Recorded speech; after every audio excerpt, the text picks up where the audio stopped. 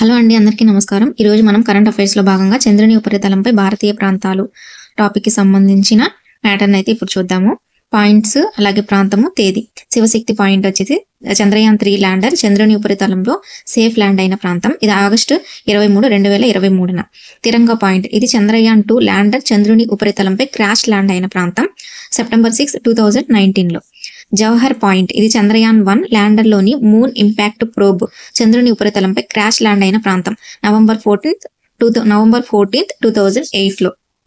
Next సూర్యకాంతి పడే చంద్రుని యొక్క ఉపరితలంపై నీటి జాడలను ఇటీవల నాసా యొక్క ఏ స్పేస్ క్రాఫ్ట్ ద్వారా గుర్తించడం జరిగింది అంటే సోఫియా. చంద్రుని ఉపరితలంపై నీటి జాడలను కనుగొన్న సోఫియా స్పేస్ క్రాఫ్ట్ పూర్తి పేరు ఏంటి అంటే stratospheric observatory for infrared astronomy. Stratospheric observatory for infrared astronomy. చంద్రుని యొక్క చీకటి ప్రాంతంలో మొట్టమొదట నీటి జాడలను కనిపెట్టిన స్పేస్ క్రాఫ్ట్ ఏది అంటే చంద్రయాన్ 1.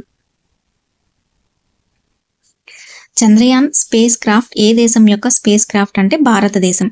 చంద్రయాన్ 1 స్పేస్ క్రాఫ్ట్ ప్రయోగం ఎప్పుడు నిర్వహించబడింది అంటే 2008 అక్టోబర్ 22న. చంద్రయాన్ 2 స్పేస్ క్రాఫ్ట్ ప్రయోగం ఎప్పుడు నిర్వహించబడింది అంటే 2019 జూలై 22న.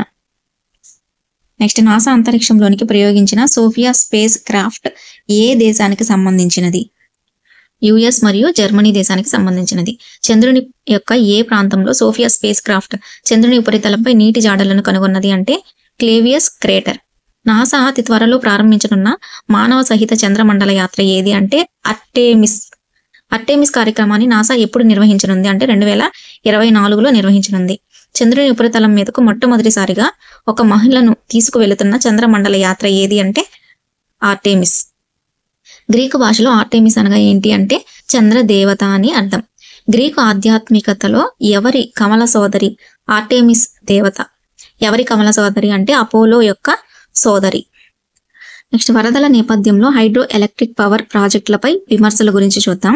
ఇటీవల సిక్కిం రాష్ట్రంలో కొండ చర్యలు విరిగిపడి వరదలు సంభవించిన నేపథ్యంలో ఏ నదిపై హైడ్రో ఎలక్ట్రిక్ పవర్ ప్రాజెక్టు యొక్క మరిన్ని దశలను ఆపాలని కొన్ని ప్రజా సంఘాలు కోరుతున్నాయి అంటే తీస్తా నది స్టేజ్ 5 మరియు స్టేజ్ 3. తీస్తా నది ఏ నది యొక్క ఉపనది అంటే బ్రహ్మపుత్ర నది యొక్క ఉపనది. తీస్తా నది ఎక్కడ ఏర్పడింది అంటే హిమాలయాల్లోని పౌహిండ్రి పర్వతాలలో తీస్తా కంగ్సే గ్లేషియర్. తీస్తా నది భారతదేశంలోని ఏ రాష్ట్రాల్లో ప్రవహించి బంగ్లాదేశ్లోనికి ప్రవేశించి బ్రహ్మపుత్ర నదిలో కలుస్తుంది అంటే సిక్కిం, వెస్ట్ బెంగాల్.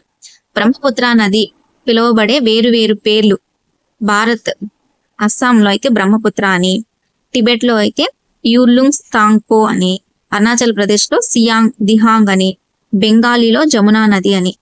నీటి పరిమాణం ప్రకారం ప్రపంచంలో ఉన్న అతిపెద్ద నదులలో ఎన్నవ అతిపెద్ద నదిగా బ్రహ్మపుత్ర నది ఉన్నది అంటే 9వ అతిపెద్ద నదిగా బ్రహ్మపుత్ర నది ఉన్నది. ప్రపంచంలో అతి పొడవైన నదులలో బ్రహ్మపుత్ర నది ఎన్నవ అతి పొడవైన నదిగా బ్రహ్మపుత్ర నది ఉన్నది అంటే 17వ అతిపెద్ద నదిగా బ్రహ్మపుత్ర నది ఉన్నది.